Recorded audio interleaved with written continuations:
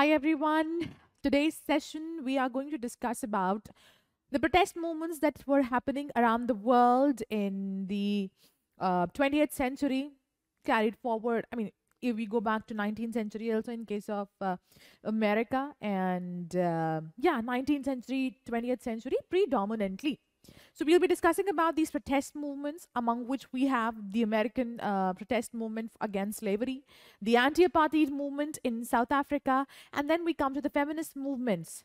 Considering, the three waves of feminism that were going on, that are going on, rather, we're going to discuss about the feminist movements.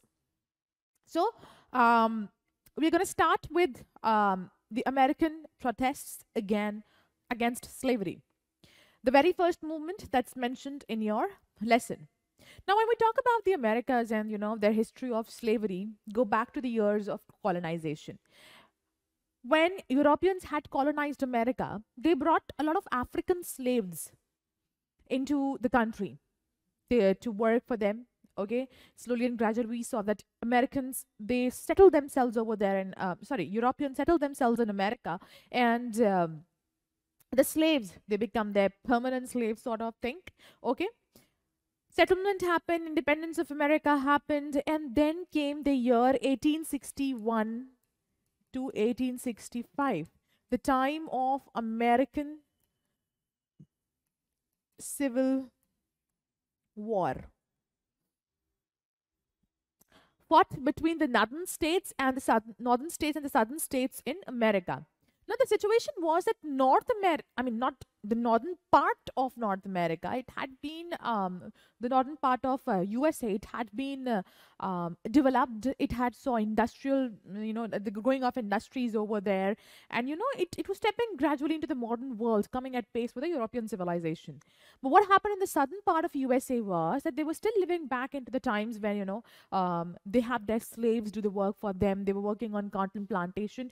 The southern part of USA looked more like a rural area that time, okay, where there were the affluent families who kept the blacks as their slaves working on their fields, plantations, and that stuff. All right. So this was happening in the Americas. Now, one fine day we have this revolution where southern and northern states, they fight with each other. The idea is to abolish slavery. Okay, successfully 65, General Robert Lee, he surrenders to Ulysses S. Grant, and we have the abolition of slavery there and then itself. But did it really happen? Did it actually happen over time? Slavery as a law, slavery as a practice was declared illegal, let's say. I'm not illegal, but it had to be stopped at that particular time after the American Civil War ended, because both the sides, because generally it's practically General Robert Lee, he had surrendered. So slavery was to just go from the American society, but this did not happen, and it continued for years to go on. Okay, and there was a lot of, and till date, you see, we have seen Black Lives Matter movement, hashtag Black Lives Matter. We have seen these movements, the latest movement where, a black man was killed by a police officer. So usually the whites, they say that they are cleaning the world of the blacks. They are maintaining racial purity. That something like that happened in Americas as well. Okay. So starting with the civil rights movement in America, fighting for justice, the American civil rights movement demanding equality for all. To go ahead, let's begin with a few figures. 68% of African Americans, they were illiterate. In 1940, 68% of African Americans were illiterate compared to 24% of white Americans. This led to significant disparities in employment opportunities and socio-economic status. See, as it is, we were not giving them equal opportunities in various spheres of life. We were not letting them study. We were not letting them get the best form of education. And that is what led to disparities in the American society. Over time, you will see that blacks were prevented from voting. They were put in separate schools, and poorer quality education was provided to them. Segregated in every place like restaurant, buses, trains, everywhere. Blacks had a separate place, whites had a separate place. They used to work in most unpleasant jobs, which were usually unpaid. There were certain trade unions which refused to allow the blacks to join as members. Now, trade unions are fighting for the rights of the workers, but these trade unions did not allow the blacks to join them. All right? Later on in the year 1910, you will see the formation of National Association for the Advancement of Colored People. This organization was formed, but its formation wasn't really very successful because it couldn't achieve much. Sorry, not successful. Couldn't achieve much over time. So its formation was practically unsuccessful. National Association for the Advancement of Colored People. Came the year 1946. Now look at the time of 1946. The World War has just ended. Okay? There are several countries which are moving towards their independence. Countries like Ghana, countries like India. We are moving towards our own independence and the world is seeing it. Okay? We demand independence. We were already on the verge of getting our independence, as India was already on the verge of getting independence, so was Ghana. Led by a popular pressure of the world, President Harry S. Truman, he formed a committee. And that committee recommended that Congress should pass laws to stop racial discrimination and allow blacks to vote. See, because the reason was it wasn't morally right that we don't allow the blacks to vote. It is not a good thing to differentiate based on something which they don't have control over. Morally not right. And moreover, there are certain people in this category of blacks who are more talented than the whites. So we are excluding a lot of talent if we are not, including them. We need to be inclusive in nature. The blacks now also had become outspoken with their demands for civil rights. They were saying that we do demand representation. We do demand voting rights. We do want political rights. We want equality in spheres because we are also a major chunk in the society. One of the first democracies in the modern world, America, to be called a democracy, it had to give the power in the hands of people. And those people also included the blacks. Now, if you are a democracy and you claim yourself to be a democracy, you need to make it sure that power rests in the hands of these people. And not only whites, but blacks as well. So, America's democracy can only be achieved if all are included in voting. And I already told you, nationalism in Asia and Africa, it might move towards communism. What happened is that since countries were gaining independence, they were understanding their rights. They also, this was the same time when Cold War situation was going on. People were thinking that if we are discriminating against these people, they'll get a more and more, they'll get more sympathy in the outside world.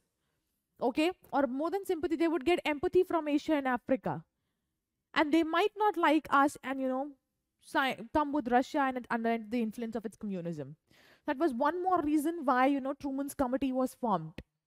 After this, several laws were introduced, which were separate schools should be declared illegal. Some blacks have to be included in all the juries.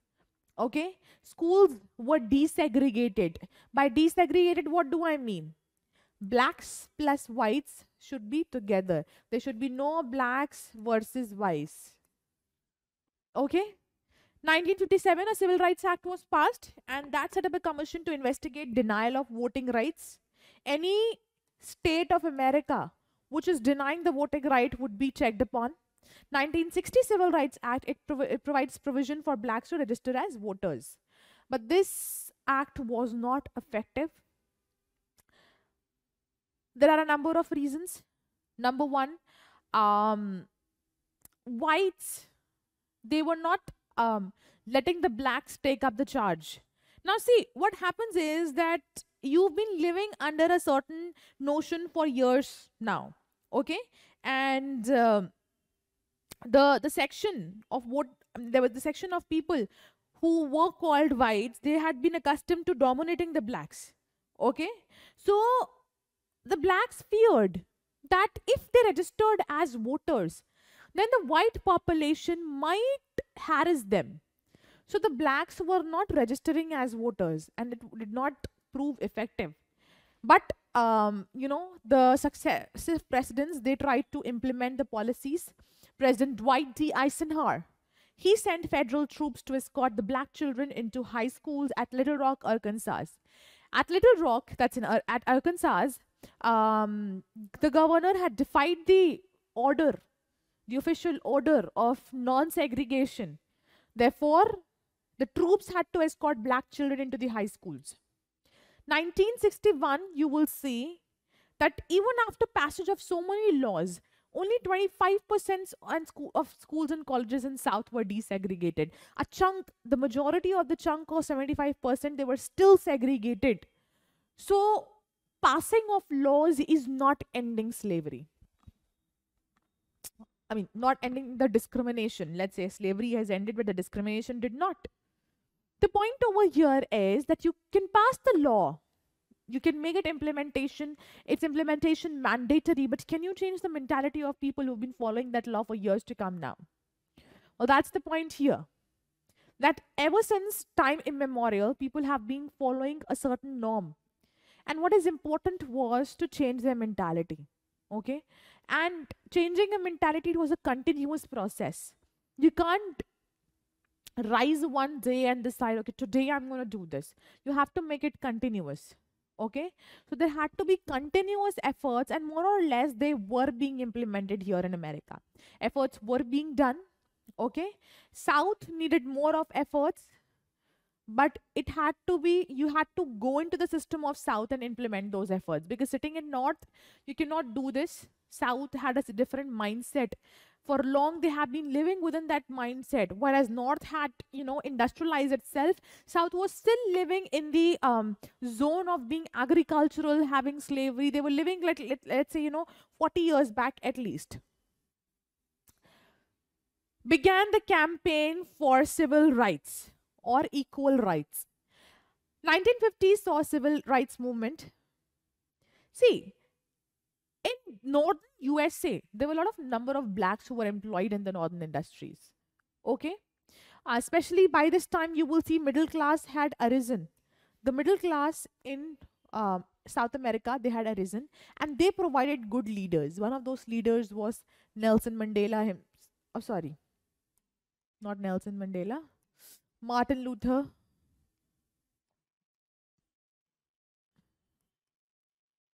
King himself. Seeing the fight of India and Ghana for independence, even blacks were influenced to fight for their own independence and fight for their own rights. And people were angered by the slow progress of the Truman Committee's report. The recommendations of Truman's committee. If it has said that you need to give us equal rights, you should give us equal rights. Why is the progress so slow? So people were not very happy with what has been done about the recommendations of Truman Committee. Okay? There was barely any change in the society. As a matter of fact, there were some southern states which had banned National Association for the Advancement of Colored People. Okay, so the blacks were thinking that now, considering all this, they need a mass movement. Non-violent struggles were happening. They did start under Martin Luther King Jr. as the part of the mass movement in the year 1955. Things were going as Martin Luther King decided, but came the arrest of Rosa Parks, the Montgomery bus incident. Now what happens is, Rosa Parks was another, a very important part of this movement. Okay, she was a black lady, and she had been arrested for sitting in a reserved seat for whites. So I told you that the segregation and the differentiation was happening in the buses also. Rosa Parks had sat in a seat reserved for whites, which is why she was arrested. When this came to this movement, when this news came to the movements, people started boycotting Montgomery buses. A complete, shutdown against the buses was decided, that we're gonna totally boycott the Montgomery buses. Nobody will be traveling, okay, in the Montgomery buses, okay, right? Till now the movement is going peacefully, okay. 1963, there was a massive rally in Washington for jobs and freedom, okay, and this was attended by 250,000 people, especially the big six, as we call them, okay. Martin Luther King, Roy Wilkins, Philip Randolph Roy, Whitney Young, James Farmer, John Lewis. All of them joined this movement right now. Okay? See, these people, they had definitely come from different horizons. But what united them was the idea of fighting for one common cause, which was the rights of blacks. Okay? Then came the famous speech of Martin Luther. I have a dream. I'm sure you might have heard one of the most powerful speeches in the history of the world. I have a dream. Okay? I have a dream inspired not only the blacks, but it was an inspiration for a lot of people who had been dominated by the society, by a stereotypical society ever since the beginning of time. So for all these people, this was a beginning of something which could have changed their future. And among these people came the women also. So the women were inspired greatly and deeply by I Have a Dream of Martin Luther King. Okay? Over time, for his work, Martin Luther King definitely got a Nobel Peace Prize in the year 1967, but unfortunately, he was assassinated in Tennessee in the year 1968. So that was the end of the journey of Martin Luther King and his fight for the civil rights movement. Just a second, please. Okay. Coming to the movement once again, the movement for equal rights of people. The movement was slow. The progress was slow. The demands were not fulfilled as at the speed as they should have been. Okay. This is, I have a dream that one day this nation will rise up and live out the true meaning of its creed. We hold these truths to be self-evident, that all men are created equal. Martin Luther King. Anyway, his death took away that catalyst from the movement. Okay. And when the progress was slowing down, now the blacks were turning violent. So it was no more a peaceful movement. The blacks were resorting to violence. Okay. Democratic President Kennedy and Johnson, they were sympathetic towards the right of blacks. Over time, they had been seeing the development, the fights, and the rights that should be provided to blacks. Okay. And thus, they were sympathetic towards their demand. As a result of which, President Kennedy, he appointed the first black ambassador of the USA. He presented the Civil Rights Bill to the Congress, which was eventually passed in 1964. Though the Civil Rights Act of 1964, it did not include a lot of things like protection from police brutality, ending of discrimination in private employment, or job discrimination lawsuits. Yet it was a beginning to the change that we were expecting with time, okay, over time. But nonetheless, this was a very huge cause which was not included in the Civil Rights Act. Police brutality still happens, till date happens, okay.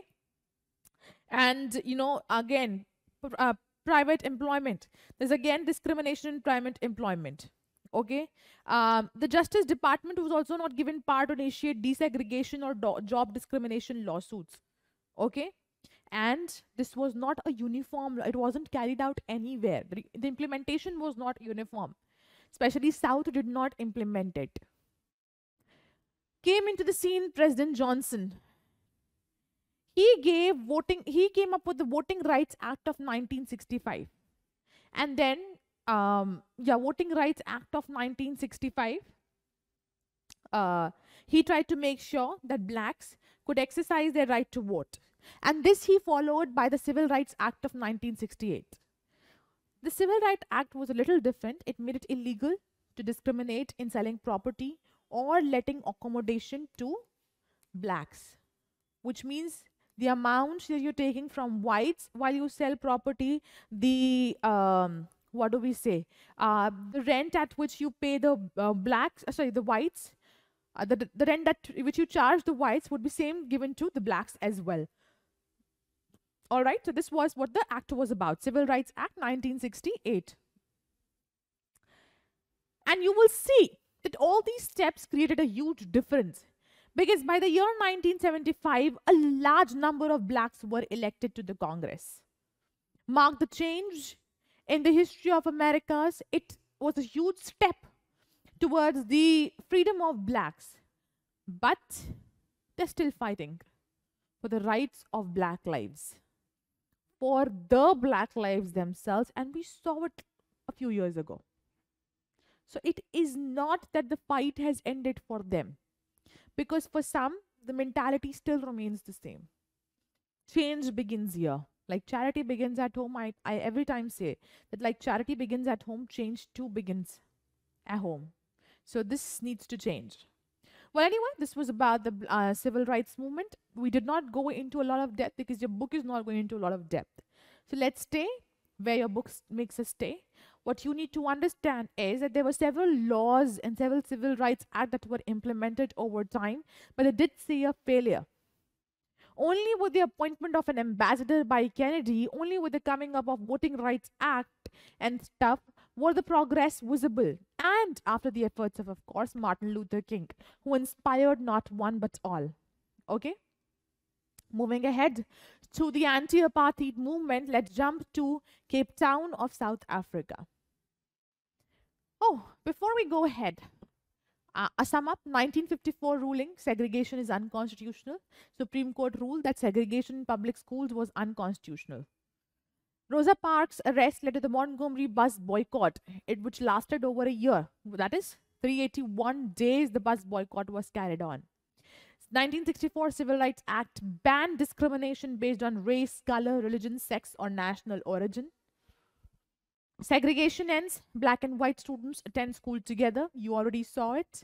Martin Luther King Jr., Rosa Parks, they were important people in this fight. Voting Rights Act of 1965. And of course, I Have a Dream, Martin Luther King. If you look at this graph, it shows a steady rise in the African American voter turnout from 1960 to 68. Whereas here, see, this is the voter turnout. Here you will see it has deeply increased. Okay, significant increase in 1964 and 65. And moving ahead, you will see that the percentage drops a little when we talk about the year 1966. But again, the Voting Rights Act, it played a very important role to increase the representation. See, the line graph, it depicts the growing amount of basic rights won by African Americans, including the right to vote, attend schools and colleges, and other basic human rights. Till date, you see an increase in equal opportunities and rights, okay? Though the challenges are still persisting, okay? This is a quick timeline of what we have discussed about, okay? Present day, you see inequality due to COVID and stuff, okay? The US was founded on the idea of freedom and equality, but it took many years for this to become a reality. There were many people involved in the struggle: Rosa Parks, Martin Luther King Jr. The civil rights movement was marked by many significant events, Montgomery bus boycott being the famous one, the March on Washington, and the Selma to Montgomery March. All these marches were great marches for the fight of civil rights. Okay? But it was given resistance and violence. And now we jump to the story of Africa. Africa was initially a Dutch colony. Dutch, as they later called themselves, Afrikaners or Boers, they were the ones to occupy Africa. But not for long, because our great English, they stepped into the scene. Okay? Dutch came to Africa and were there from 1652 to 1795. They were known as Afrikaners or Boers, okay? And they came to Africa, they occupied the land, and they forced the locals to work as farmers over the land that they are occupying and claiming as their own.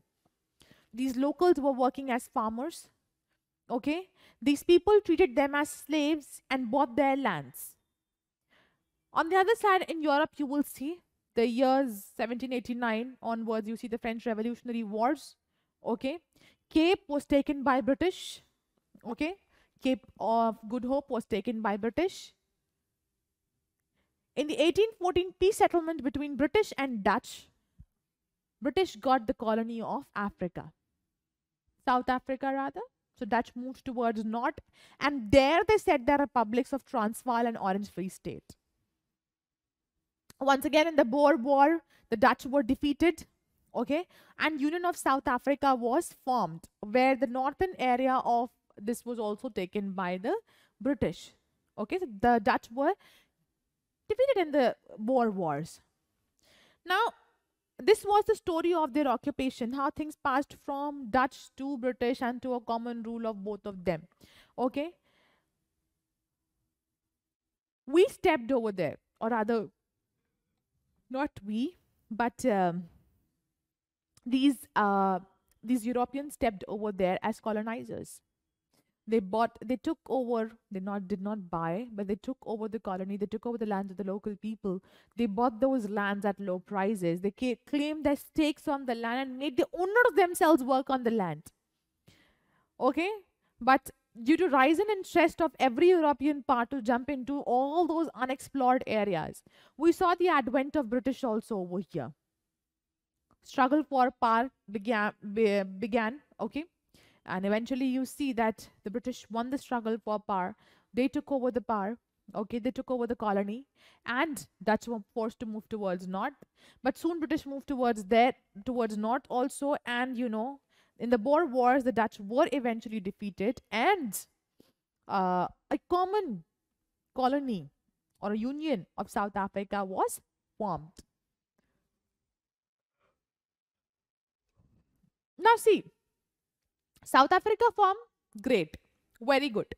But with the formation of South Africa, we see, and with the colonization done by the Europeans, we see that a lot of discriminatory laws are being passed. One such law was the past laws. Past laws were formed to control the movements of blacks. Try to understand the gist. Basically, past laws were those laws where these blacks had to take a card sort of thing, a pass sort of thing, always with them whenever they have to go to some area. Okay, because the areas over there were divided into several sections, and you know, areas and transports, and you know, Mahatma Gandhi's anti-apartheid struggle. He was also thrown out from the first class compartment because of being a black. So the past laws were very important. They had to carry their passes in order to show that, okay, yeah, we're allowed to go over there, because they were the entry of blacks was restricted to certain areas only. Okay, I don't know whether I've put the past laws for you or not. Yeah, okay. Anyway, so past laws were formed to control their movements of black. Okay, then Prime Minister Dr. Milan of the Nationalist Party, he introduced the concept of apartheid.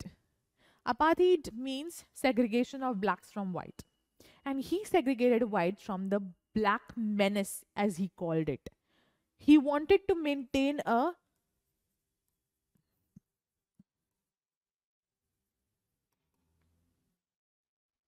racial purity, which is why he did not allow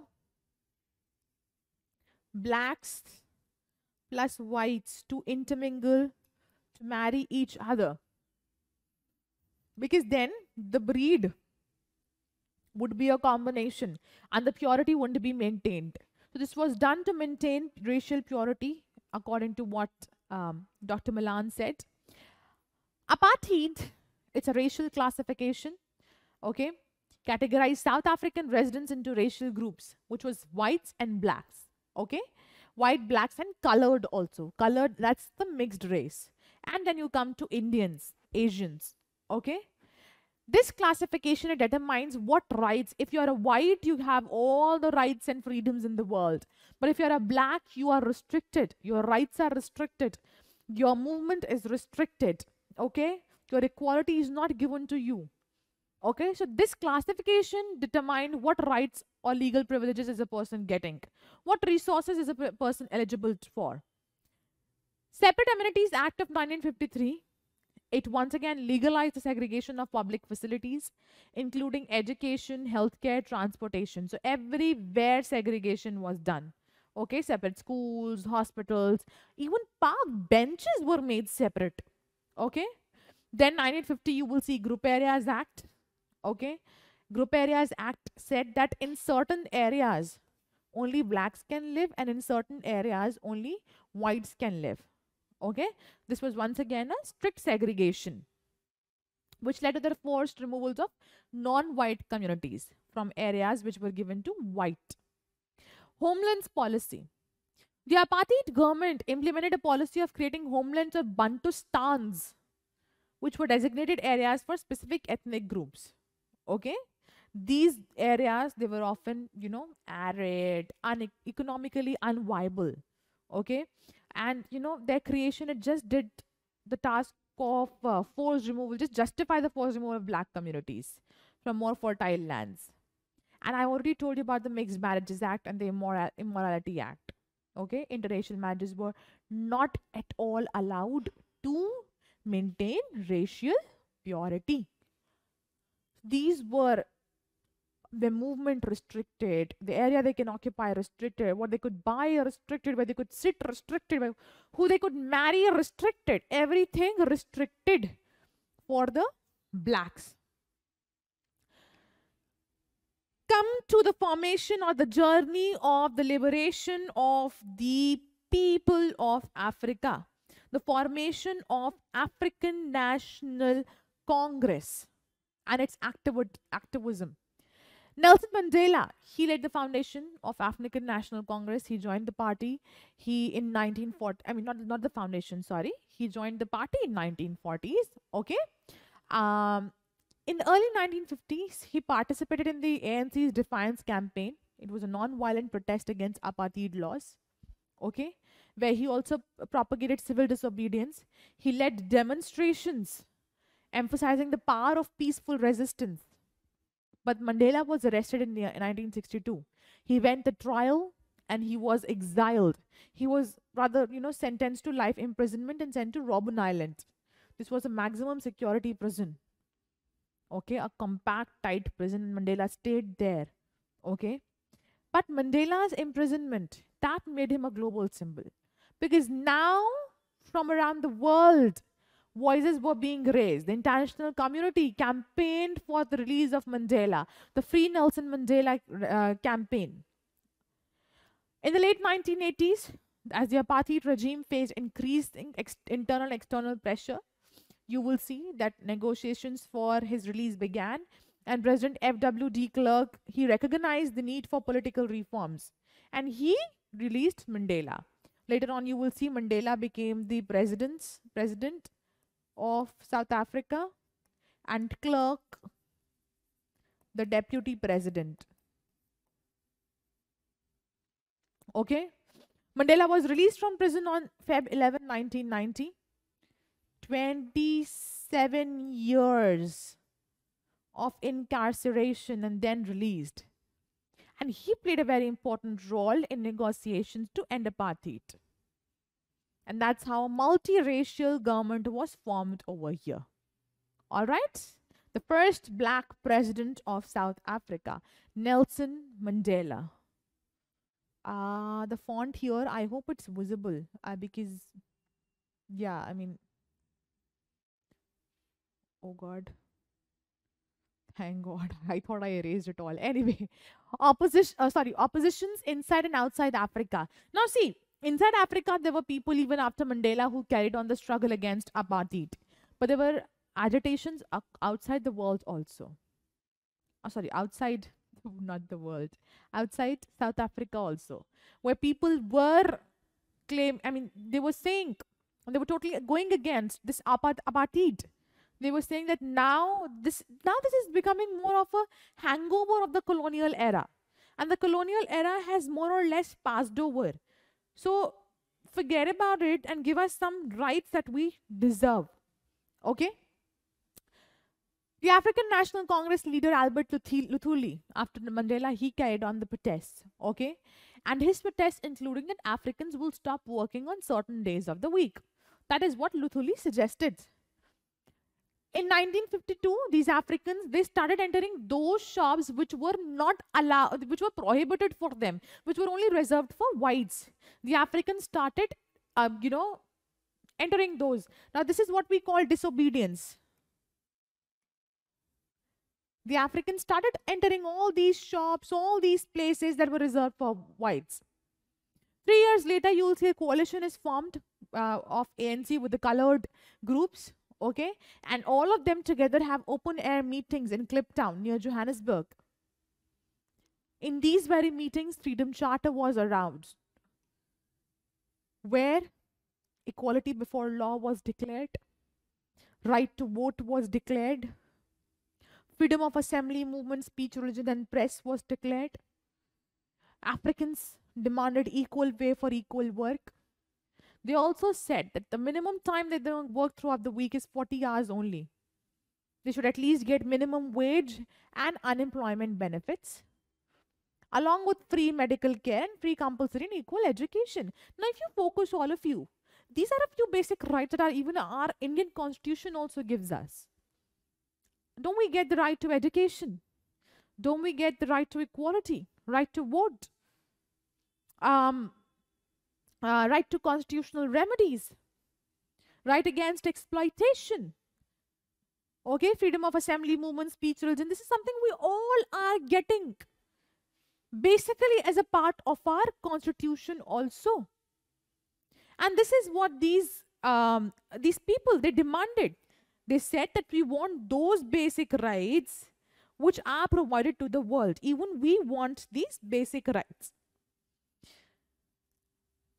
2 years later, year 1957, you will see the bus boycott. Now, this bus boycott was just a normal thing. So, instead of paying the bus fare, almost for 1 year, people walked to offices or schools or anywhere they had to go. So instead of using the public bus or the public transport covered by, because see, the bus had become a symbol of segregation. Number one. So they started boycotting it altogether. Okay, and of course affecting the economy of the ruling powers as it is, because if you're a trader and your goods are not being sold, you're practically going into losses. That's what was happening. As a second intention. There were demonstrations laid in Sharpeville. Okay. Luthuli, he came up with his autobiography, Let My People Go, and later he won a Nobel Peace Prize, but he too was killed in 1967. So the year 1967 marked the end of the local journey, of the local protest after Mandela. Okay. People say that Luthuli, he deliberately stepped in front of a train, but this isn't accepted by everyone. People, the other side is saying that no, he was killed. But these boycott movements, they were not restricted to South Africa only. Okay. The entire Commonwealth of Nations was against South Africa, the apartheid in South Africa. As a matter of fact, the anti-apartheid movement, it gained a huge victory when South Africa was forced to leave Commonwealth in 1961. Then a 72-hour vigil was held outside the Commonwealth venue. That's the Marlborough House. Okay. And even allies in Canada, India, and other newly independent African Asian nations were also supporting it. Okay. Coming to the role of United Nations over here now. The United Nations, it came up with a trade boycott against South Africa. But what happened is that though UN said that we are going to boycott trade, we are not going to trade with South Africa, there were certain members, Britain, France, US, they were still trading with it. Okay? So though in the UN General Assembly, they said that we are against what's going on in South Africa, but they were trading with South Africa indeed. Okay? 1963, UNSC called for partial arms ban against South Africa. But the capitalist countries still provided arms. Why did they provide arms? See, they provided arms because they thought that if we take extreme measures against South Africa, then South Africa will turn towards Russia and Russian communism.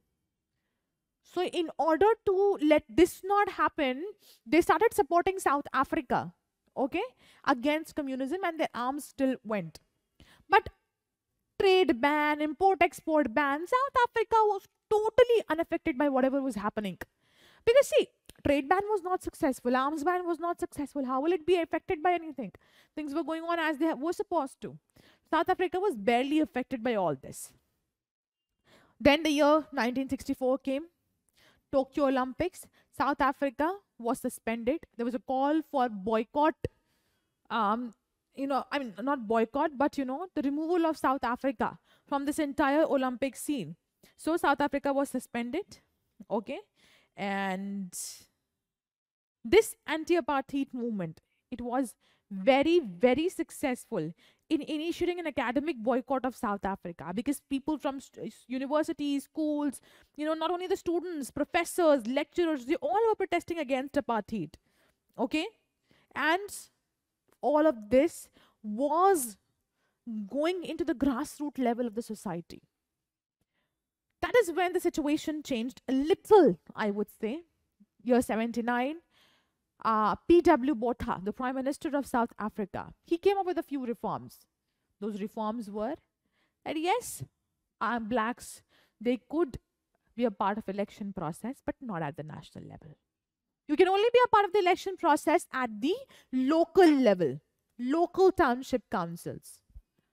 Blacks were allowed to join trade unions and go on strikes. There were 2 new houses created, one for colored, one for Asians. Even the marriages between races were allowed, and the past laws, the discriminatory past laws, were abolished. But things were not really good right now because this was still a problem. We also need representation in the national election. We're a part of the country. So now America also stopped its loans to South Africa, year 1987. Now that America knew, and the Cold War situation was also towards the end, America knew that there's no point we keep on supporting South Africa against what they were doing. So America stopped giving loans to South Africa. They cut air links. They banned imports of iron, steel, coal, textiles, and uranium. Okay? There were other countries except Britain. They also declared that no loans and no sale of oils will be done for South Africa. Even the nuclear goods and computer equipments will not be bought. That's when F.W. de Klerk, he became the president, and he took the huge decision of removing apartheid completely. Though he got a strong opposition from the right wing, but he removed apartheid. Mandela was released. He was in constant talks with Mandela even before that. Okay? There were demands for new constitution. So these 2 leaders were in talks for new constitution between ANC and government. And that's when a black majority rule took over, with Nelson Mandela being the president, Klerk being the deputy president, and this was the first coalition. Okay, coalition between ANC and the government at power. That was what brought the struggle for apartheid towards end, with the black majority rule in Africa, South Africa. And you will see more or less, the black majority rule still persists in South Africa. Okay. There could be fear of the whites gaining dominance in case once again the power is given to them. Simultaneously, blacks have a sense of nationalism, a sense of a linkage to their own society, because the Europeans were still colonizers everywhere. It was the original land of blacks. So, the black majority rule system still goes on in Africa. I mean, it's not a rule, but black majority was formed. It's not a rule though. Coming to the feminist movements in USA, Equal Pay Act of 1963 and other acts that US fought for. Situation in US was somewhat what India saw. The point is that women there, and if you read the works of writers in Europe and in America, even in Europe, you will see that women were not allowed to vote. Suffrage movements were held in Europe also. There were a lot of writers, D.H. Lawrence and I am not getting the name. So there were a lot of writers, including D.H. Lawrence. If you talk about Europe, if you talk about America, we had Virginia Woolf, a very prominent writer who, in her A Room of One's Own, she talks about the feminist movement. She talks about the, not the feminist movement, she talks about the discrimination leveled against a woman. Okay, and how women wanted to break through the stereotypes, how women wanted to break the barriers and fight for freedom. So this equal right thing, the suffrage movements, all gained a lot of impetus in the 20th century, starting with the waves of feminism. Coming to the first, first wave of feminism, it involves suffrage and political equality, where women wanted equal representation in political sphere.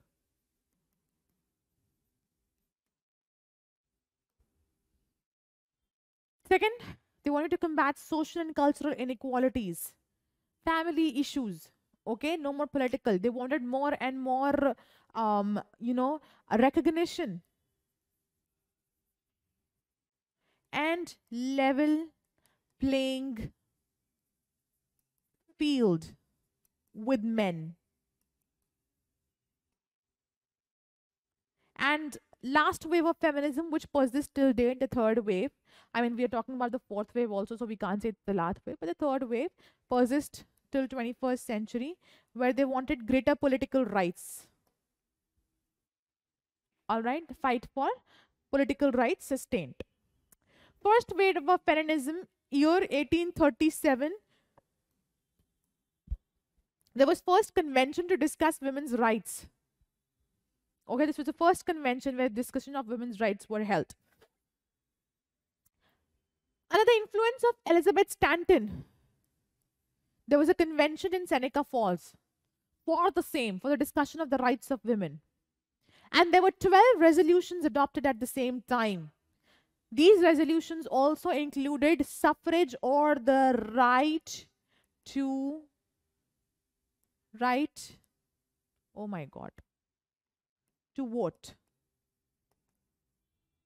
The first wave of feminism, it focused on securing legal rights, primarily the right to vote. The movement was closely tied to suffragist movement, and its peak achievement was the passage of 19th Amendment.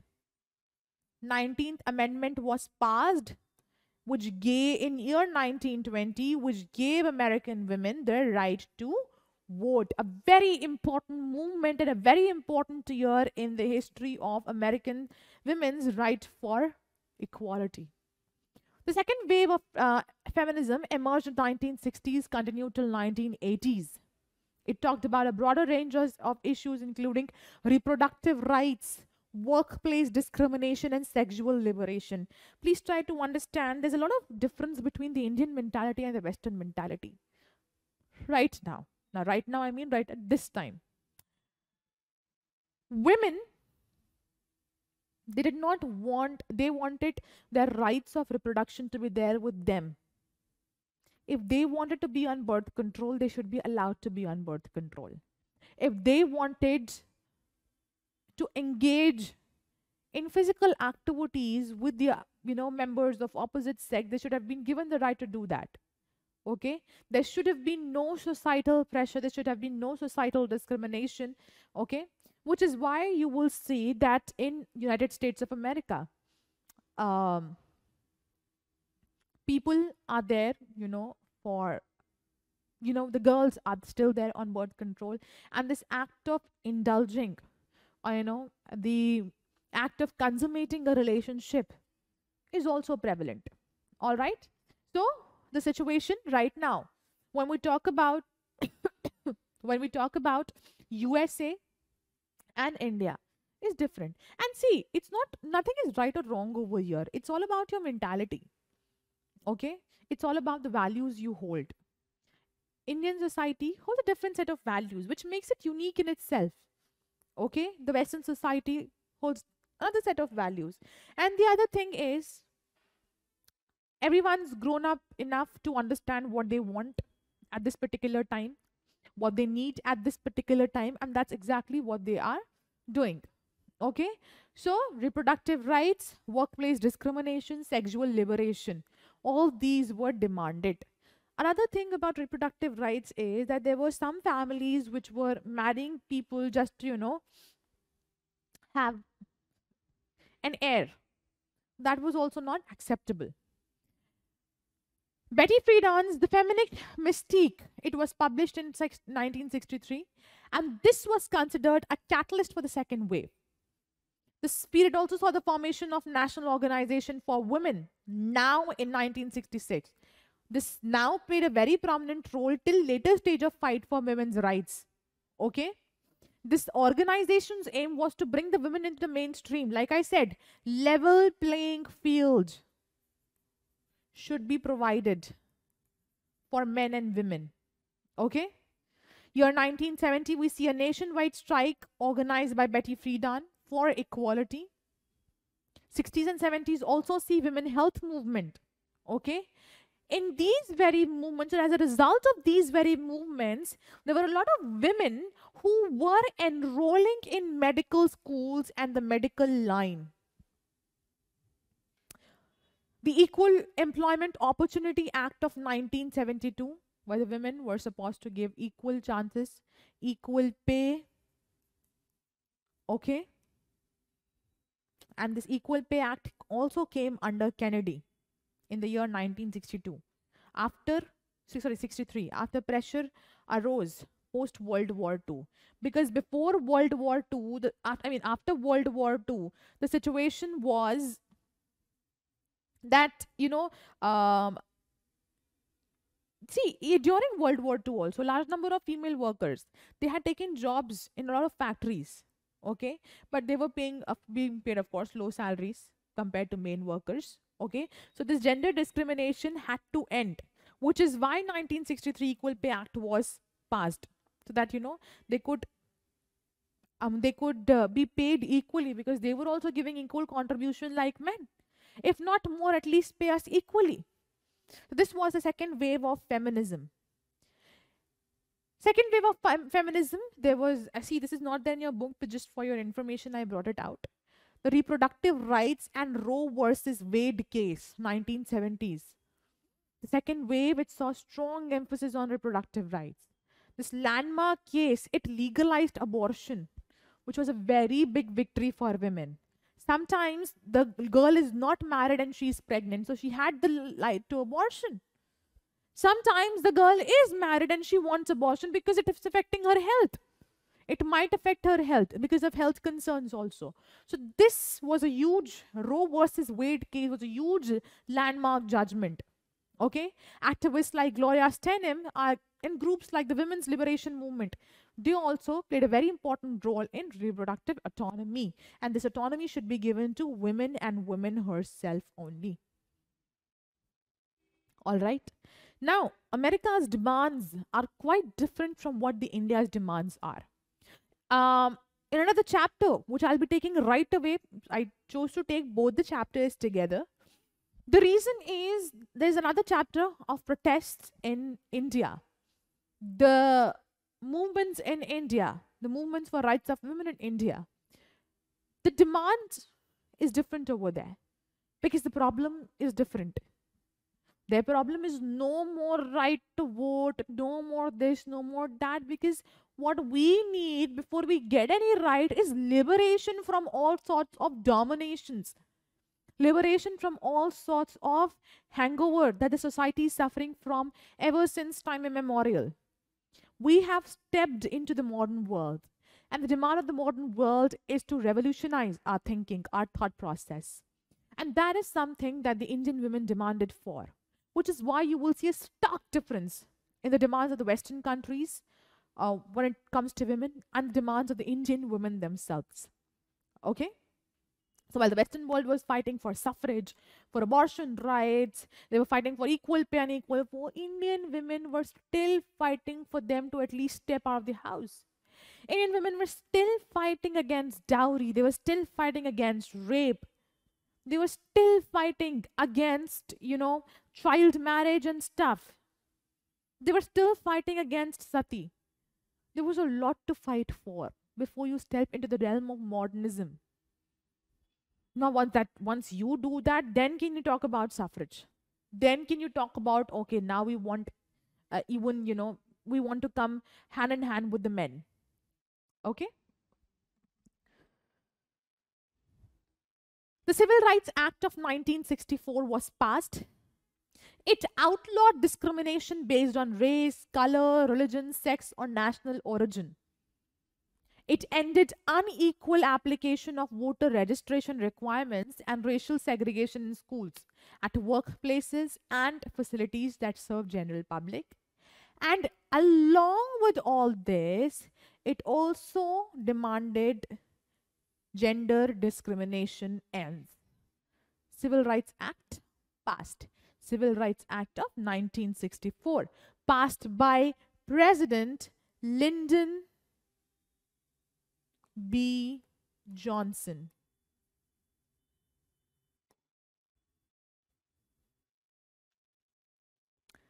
All right. See, before this became law, the women had been treated as less valuable employees.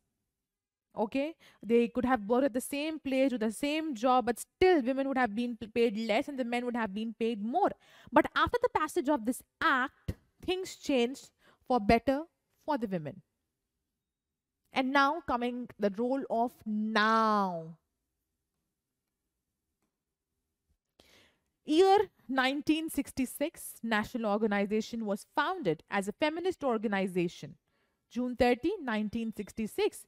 It was formed in DC by 28 people who came to attend the third National Conference of State Commission on the Status of Women.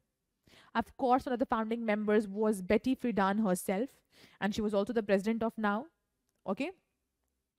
Um, See, how was this formation of NOW possible? There were certain influences from the what was going on in America. One such was the formation of Commission on Status of Women and Lack of Enforcement of Civil Rights Act, Johnson's 1964. So Johnson had formed this commission on status of women, which gave impetus or which catalyzed the movement that the women were fighting for. Okay. Then um, the Commission on the Status of Women, which was there in 1961, it was organized by President John F. Kennedy, so that women could the solution to their discrimination could be provided. Okay. Uh, Kennedy wanted that the women are also brought into the mainstream, just like men, mainstream of the American society. Okay. Similarly, there were other such things like violence against women, constitutional equality, end of racism, economic justice. Okay. All these things were a part of the commission that Freddie appointed.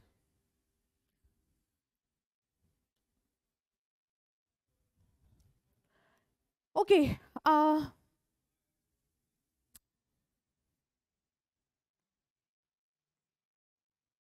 Kennedy. There's an error. Kennedy appointed. Here's an error. Okay. Kennedy appointed. Okay. John F. Kennedy, Friedan and Kennedy become Freddie. Kennedy appointed, and the demands were ending violence against women, economic injustice, and bringing women to mainstream. See, this is what the women were fighting it for. Time and again, this is what they fought for, to bring, to be coming into the mainstream, to have equal pay for equal work, and that is what Why is Freddie coming to my mind time and again? Kennedy demanded. Okay. Since a lot of people didn't ratify Civil Rights Act of 1964, even southern states refused to ratify it. A lot of southern states, they refused to ratify the Civil Rights Act. Okay. See, southern states were living in a little backward scenario. Okay. So a lot of people were not ratifying it. Therefore, now it began with marches and economic boycott. Now picketed the US Senate. US Senate was holding a hearing on constitutional amendment to lower the voting age of people to 18 years. And that's when you now picketed the US Senate. Okay? Feminists, they disrupted the hearing on equal rights amendment. And they demanded that we need equal rights for women. And that is when Equal Rights Act was introduced in Congress in 1972. But the thing with this act was, it did not come into play. Understand the reason. In India, there are certain special provisions which, when passed by both the houses of the parliament, they go to state for ratification by the state. Okay? A lot of provisions come under it. Similarly, in US, whether you were passing a law which is going to affect the entire US, it is passed by both the houses of the parliament. Thereafter, it has to go to state governments also. State governments for their ratification. And 2/3 of the states have to ratify, which means that a minimum of 38 states had to ratify. A minimum of 38 states had to ratify the proposal of Equal Rights Act. Okay? It did not get ratified. The struggle for ratification continues after this also. Okay? The situation is still going on where women are fighting for the ratification of their Equal Rights Act. But see, ever since the movement began, the women's liberation movement, it had campaigned for women's rights. Okay, a lot of rights. Okay, and you will see that ever since the movement began, it reduced a lot of, let's say, a lot of atrocities against women, especially domestic violence. Okay, though the efforts gave mixed results. Okay, you'll see that in 70s, 80s, and 90s, Western women had got their rights over birth control. Okay, they could live their adult lives the way they wanted to. Okay, they could enjoy making their careers. Okay, they got more broader employment opportunities. They got opportunities to work. Okay, they got opportunities to be a part of the mainstream. All this definitely happened. Giving you a brief glimpse into the third wave of feminism, it emerged in 1990s and continues to the 21st century. Okay, it embraces diversity, intersectionality, recognizing the interconnectedness of gender with other social identities. And you will see here comes the cause of LGBTQ plus. Okay, where they fight for their rights, globalization, because in the hands of globalization, even women are dominated. Okay, and the acknowledgement of diverse experience within the feminist movement. So all this was a part of the third wave of feminism, and you will see that this fight did not result into nothing, because a lot of things were granted to women. Okay, they were given their rights. Their fight resulted into something fruitful. Okay, this feminist movement, they brought a great change among the women of USA. Okay, and now too, if anything arises, women know how to stand, when to stand, what to stand against. That is the situation of the Americas right now. Waves of feminism become really important. What they demanded for becomes really important. What becomes important after that is now and Equal Rights Act. Okay, two presidents become important. Our Freddie, I mean Kennedy. I don't know why am I calling him Freddie today. Johnson and Kennedy, they become really important. Okay, because they were at this time and they passed a lot of laws. Okay, so these become really important when it comes to feminist movement. Go back to the apartheid thing. Nelson Mandela's contributions become important. The origin of the struggle, the Boer, I mean, not the Boer War itself, but how the British control over the South Africa becomes important. ANC, Luthuli, okay, they become important. How did the world, UN, all of them act towards the atrocities going on, the apartheid movement going on? All of this becomes really important when we talk about the apartheid or the struggles against, you know, apartheid itself. And about the American civil rights movement, I've already told you. Slavery, a huge, huge blot in the history of America. That and the Civil Rights Act becomes important. Yeah, more or less, that's it. That was an end to the lesson where we talked about America's two movements in America, the civil rights movement, the feminist struggles in America, and we went to South Africa to talk about the apartheid movement in South Africa, or the anti-apartheid movement in South Africa. Please let us know in case of any doubt. I have restricted this lesson more or less to your ISC curriculum, going nothing beyond that because that's not something you want. Okay? Whenever you're trying to go through the lesson, try to go through the historical significance, make a timeline, go through what had happened one after the other. And yeah, incidents like Montgomery bus boycott, they also become really important when we talk about that particular chapter. So, any questions regarding this chapter? Do let us know. Okay, that's an end to this chapter. Revise the timeline though of all the chapters that are brought over here in front of you. I mean, all the subparts that are brought over here in this particular chapter, because the timeline, the passage of acts, all of that becomes really important. All right. Okay, that's the end for this lesson. And now we will talk about the Indian struggle, the movements of independence, no, not independence, the movements for the rights of women here in India. All right.